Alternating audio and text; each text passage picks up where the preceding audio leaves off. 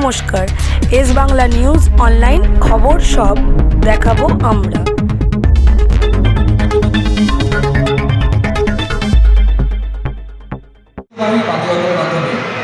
স্বাগত জানাচ্ছি আমাদের জেলার আদিবাসী অবস্থানের সৃষ্টি স্টল, যেখানে রয়েছে আমাদের জেলার মহিলা স্বনির্ভর গোষ্ঠীর সদস্যদের দ্বারা নির্মিত হস্তশিল্পের নানা পণ্য সামগ্রী।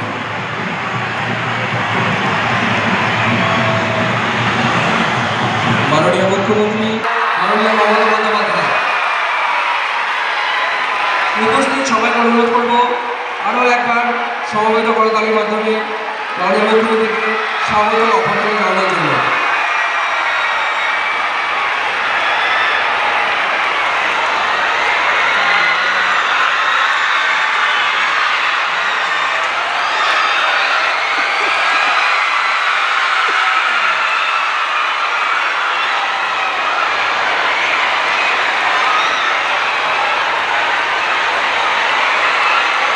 মঞ্চে এসে উপস্থিত আমাদের রাজ্যের মাননীয় মুখ্যমন্ত্রী তথা আমাদের সকলের অভিভাবক মাননীয় মমতা বন্দ্যোপাধ্যায়,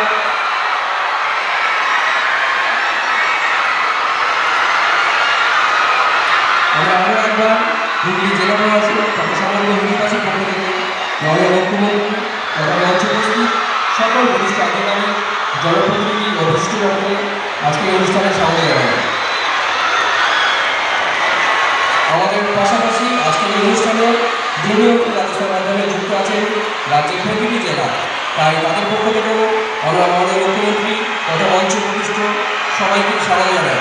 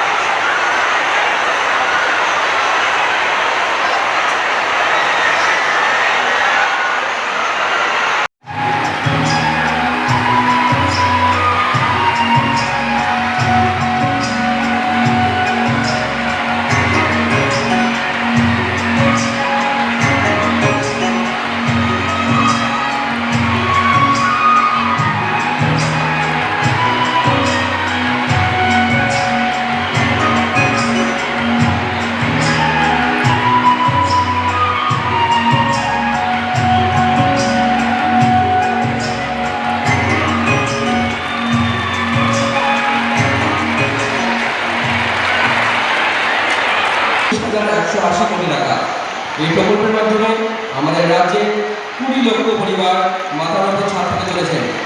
পরিবার পিছু পশ্চিমবঙ্গ রাজ্য সরকারের পক্ষ থেকে 1,20,000 টাকা করে আর্থিক সহায়তা পাবে। এখন আমরা মাননীয় মুখ্যমন্ত্রী অনুমতি পাবে এক এক করে ডেকে নেব আমাদের 10 জন উপভোক্তাকে।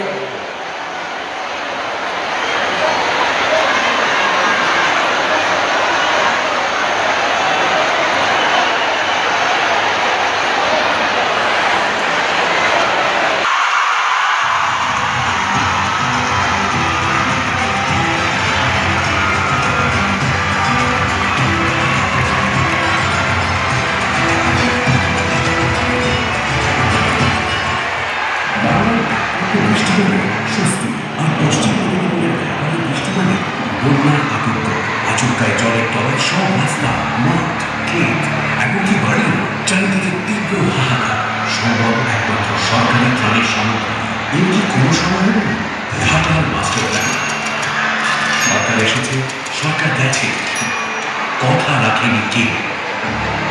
কিন্তু হার মানেনি বাংলার মাননীয় মুখ্যমন্ত্রী। 1238.95 কোটি টাকার প্রকল্পটিতে কেন্দ্রীয় আর্থিক সহায়তার প্রস্তাব 2014 সালে পাঠানো হলেও এখন অবধি কোনো আর্থিক সহায়তা পাওয়া যায়নি। কিন্তু আর কতদিন? পশ্চিমবঙ্গের মাননীয় মুখ্যমন্ত্রী মমতা বন্দ্যোপাধ্যায়ের অনুপ্রেরণায় রাজ্য সরকারের নিজস্ব বাজেটে সেচ ও জলপথ বিভাগ এবার কার্যকর করবে ঘাটাল মাস্টার প্ল্যান। ইতিমধ্যে রাজ্য সরকার 2018 থেকে 2021 সালের মধ্যে এই প্রকল্পের আওতায় ব্যয় করেছে 341.39 কোটি টাকা। যার দ্বারা 115 কিলোমিটার নদী বা খাল খননের কাজ করা হয়েছে। অবশিষ্ট কাজ ইতিমধ্যেই সমাপ্ত করে 2025-2026 থেকে 2026-2027 এই দুই অর্থবর্ষের মধ্যে শেষ করতে রাজ্য বাজেটে 1,500 কোটি টাকার সংস্থান রাখা হয়েছে। 2027 মার্চের মধ্যে সম্পন্ন করার লক্ষ্যে চিহ্নিত করা হয়েছে 32টি ছোট খাল এবং নদীর 500 কিলোমিটার নির্মাণ, নদীর পাম্প হাউস এবং তৎসংলগ্ন স্কুইজ নির্মাণ, ঘাটাল সার্কিট করা ও অন্যান্য বাঁধের উচ্চতা বৃদ্ধি, একটি সড়ক সেতুর জলপথ সম্প্রসারণ ও 104টি ছোট সেতু নির্মাণ, 5টি প্রধান সুইচ নির্মাণের কাজ শেষ হয়েছে এবং নদী গার্ডওয়ালস নির্মাণ ও আবার পশ্চিমবঙ্গ সরকার আপনার সাথে, আপনার পাশে।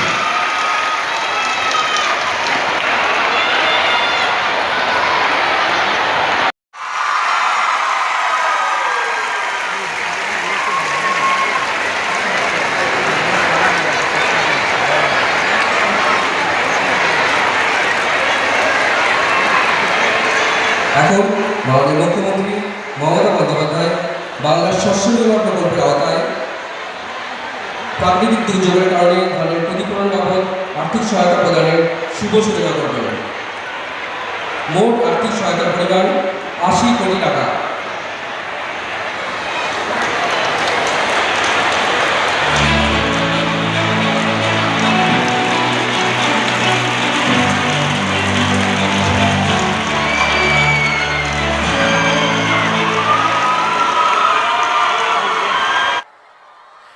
সবাই এখানে অনেক মানুষ উপস্থিত হয়েছেন, আপনাদের সবাইকে আমার নমস্কার জানাচ্ছি। মঞ্চে উপস্থিত আছেন আমার অত্যন্ত শ্রদ্ধেয়, আপনাদের সকলের ভীষণ প্রিয় একজন মানুষ, আমাদের সকলের প্রিয় মাননীয় মুখ্যমন্ত্রী মমতা বন্দ্যোপাধ্যায়, আমাদের প্রিয় দিদিকে প্রণাম জানাচ্ছি। এবং এখানে ববিদা আছেন, প্রদীপদা আছেন, মানুষদা আছেন, শ্রেয়াশিসদা আছেন, দেব আছে, নন্দিনীদি আছেন, তার সাথে আমাদের সব বিধায়করা রয়েছেন, আরও আমাদের সংগঠনের অনেক নেতা নেত্রীরা রয়েছেন। আমি সবাইকে প্রণাম জানাচ্ছি।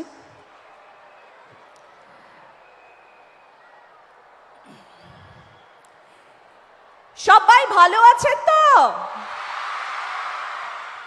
ওকে, আপনাদের সবাইকে আজকে এখানে একত্রিত হয়ে পেলাম, সেই জন্য খুব খুশি। আজকের এই সমাবেশ প্রমাণ করে তৃণমূল কংগ্রেসের ওপর আপনাদের ভালোবাসা, বিশ্বাস এবং আস্থা 100 আছে। দিদির প্রতি শ্রদ্ধা 100 আছে। সাংগঠনিকভাবে রাজনীতির মঞ্চে যত সময় যাচ্ছে তৃণমূল কংগ্রেসের দল তত শক্তিশালী হচ্ছে।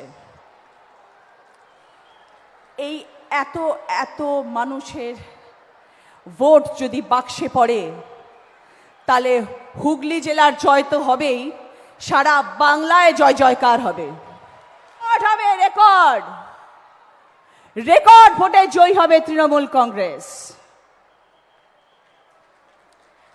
আবার আসছেন আমাদের মুখ্যমন্ত্রী মমতা বন্দ্যোপাধ্যায়, দিদি আমাদের নেত্রী, অভিষেক বন্দ্যোপাধ্যায় আমাদের নেতা, তৃণমূল কংগ্রেস আমাদের কর্মী, আর আপনারা হচ্ছেন আমাদের ভগবান, আমাদের স্তম্ভ, আমাদের শক্তি।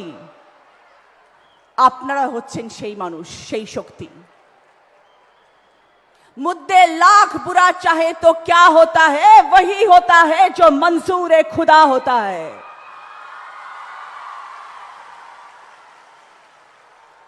তৃণমূল কংগ্রেস যা বলে তারা অক্ষরে অক্ষরে পালন করে। মানুষ নির্বাচিত করেছে তৃণমূল কংগ্রেসকে, তাদের জন্য কাজ করতে আমরা বদ্ধপরিকর। আমাদের দলের সবাইকে একজোট হয়ে কাজ করতে হবে।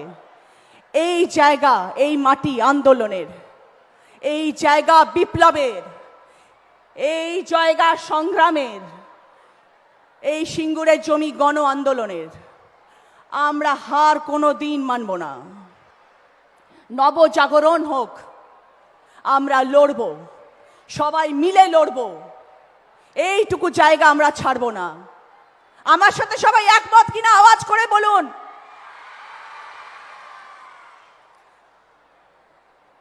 সবাইকে অসংখ্য ধন্যবাদ। সাথে থাকবেন, পাশে থাকবেন। আগামী 3 মাস আমাদের জন্য ভীষণ ভীষণ ইম্পর্টেন্ট। সকলের সাথ চাই। আমি আছি আপনাদের সাথে। আমি আজকে কথা দিয়ে যাচ্ছি এই মঞ্চে, আগামী 3 মাস প্রতিটি অঞ্চলে, প্রতিটি ওয়ার্ডে, প্রতিটি বুথে যেখানে আপনারা রচনা বন্দ্যোপাধ্যায়কে চাইবেন সেখানে আপনারা আমাকে পাবেন। যতদিন না ভোট শেষ হচ্ছে আমি আপনাদের সাথে আছি, আমি আপনাদের পাশে আছি। সাথে চাই আপনাদের। ভালো থাকবেন। সবাই মিলে একসাথে বলবো, জয় বাংলা। আরো জোরে, জয় বাংলা, জয় বাংলা। অসংখ্য ধন্যবাদ। Thank you so much.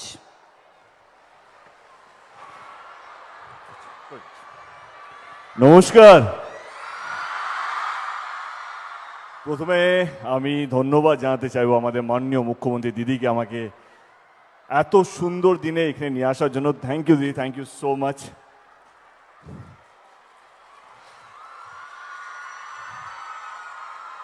আমি ভাবলাম 2টো লাইন বলতে হবে, বলে দেব, কিন্তু রচনা দিয়ে এত ভালো স্পিচ দিল, বাপ রে বাপ।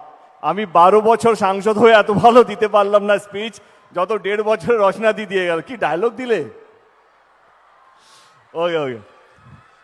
আজকে আমার 2014 থেকে সাংসদের যাত্রা শুরু। 2014 এবং আজকে 26, এই 12 বছরে আজকে দিনটা হচ্ছে আমার সবচেয়ে বড় দিন দেব সাংসদ হিসেবে।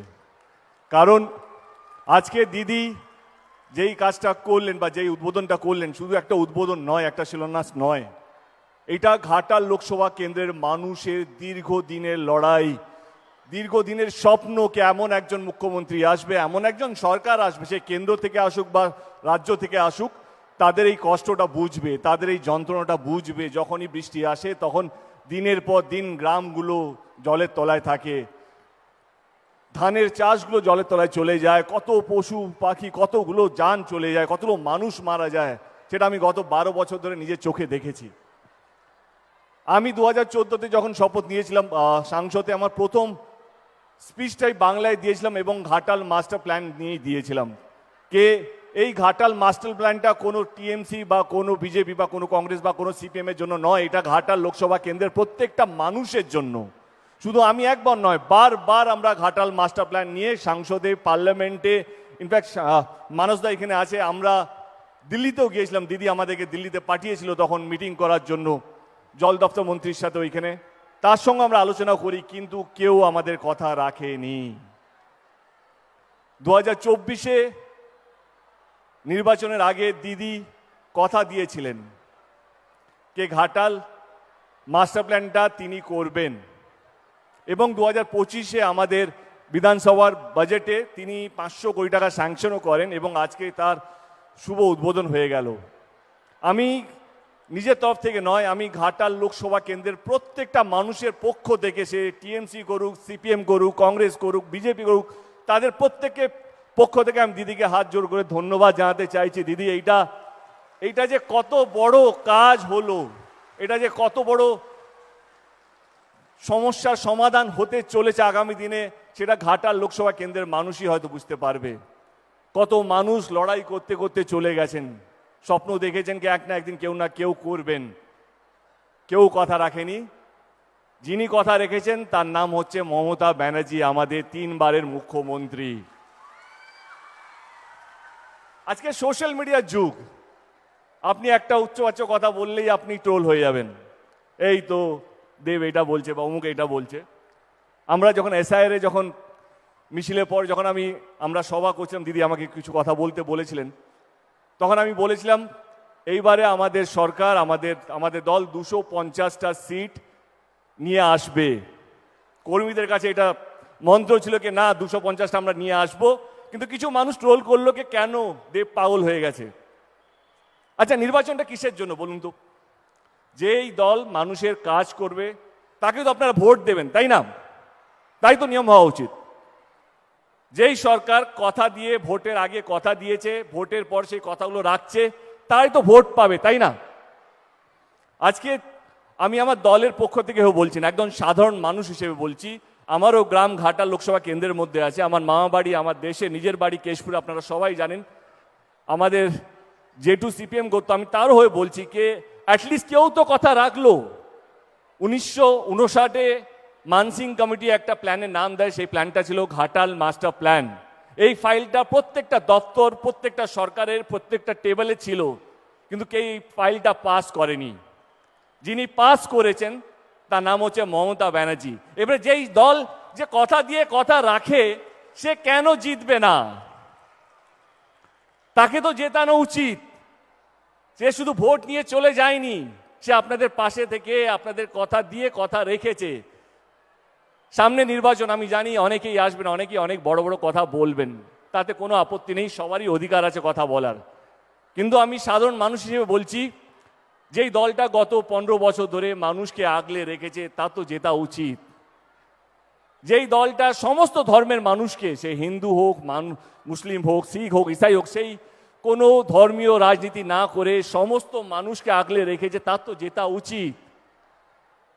যেই মানুষটা শুধু উন্নয়নে কাজ করে গেছে, মানুষকে ভালো রাখার চেষ্টা করে গেছে, সে কন্যাশ্রী হোক, রূপশ্রী হোক, অনেকগুলো প্রকল্পের মাধ্যমে, সে কোনোদিন দেখেনি এই মেয়েগুলো তার বাবা মারা কোন দল করে, বা ওই বাড়িটা, যেই বাড়িটা আজকে অনেকগুলো বাড়ি অনেক মানুষ পেয়েছে, তারা কোন দল করে, তারা সিপিএম করে না, কংগ্রেস করে না, তারা টিএমসি করে, সেইটা দেখেনি।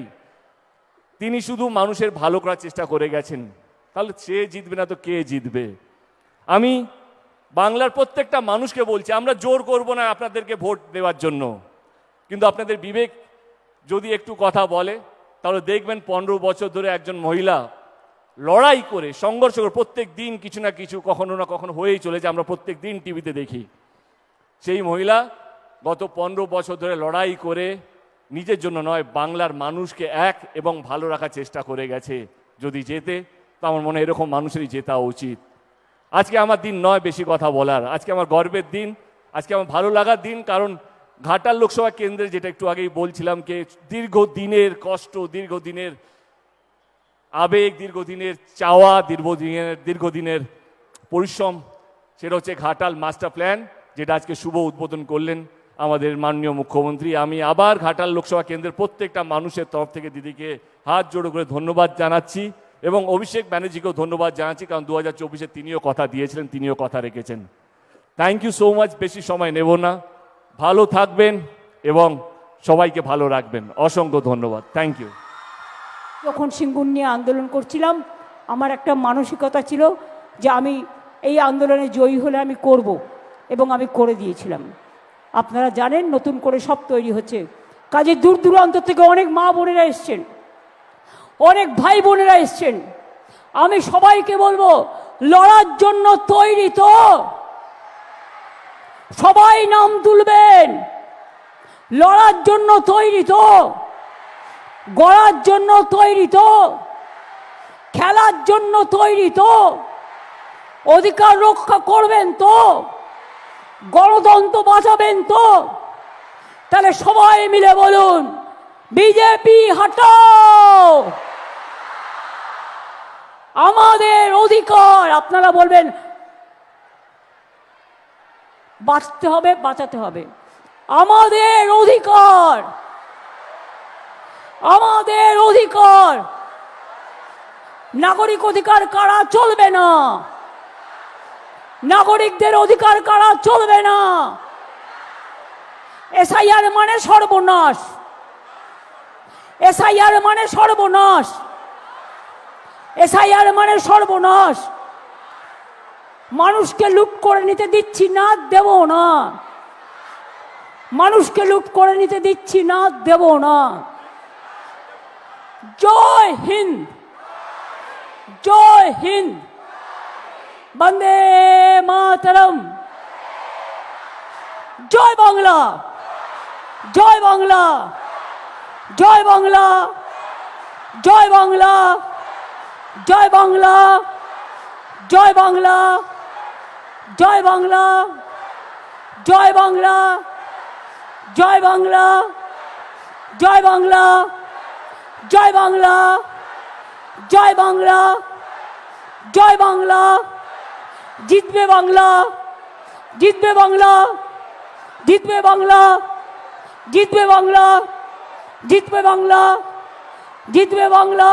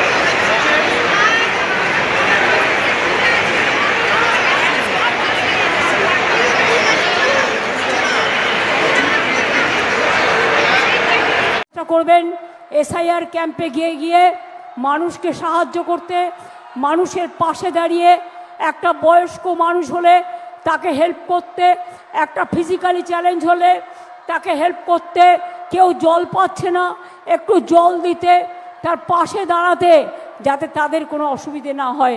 মানুষের পাশে আমরা ছিলাম, আছি এবং থাকব। আমি এটুকু বলে আজকের মতো আমার বক্তব্য শেষ করছি। জয় হিন্দ, বন্দে মাতরম, জয় বাংলা। ভালো থাকবেন সবাই।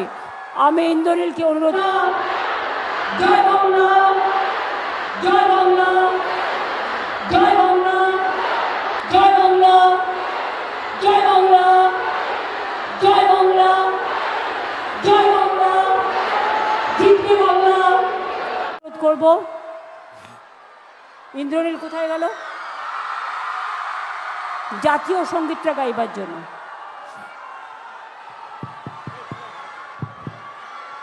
ছাত্রছাত্রী বন্ধুরা, তোমরা সবাই উঠে দাঁড়াও, জাতীয় সঙ্গীত হবে, তোমরা প্রত্যেকে অংশগ্রহণ করো, তোমরা নিজেরাও গাইবে। জনগণ মন অধিনায়ক জয় হে ভারত ভাগ্য বিধাতা, पंजाब सिंध गुजरात मराठा द्राविड़ उत्कल बंग, बिंद हिमाचल यमुना गंगा उच्छल जलधित रंग, तब शुभ नामे जागे तब शुभ आशीष मागे, गाहे तब जय गाथा, जनगण मंगल दायक जय हे भारत भाग्य विधाता, जय हे जय हे जय हे जय जय जय जय हे।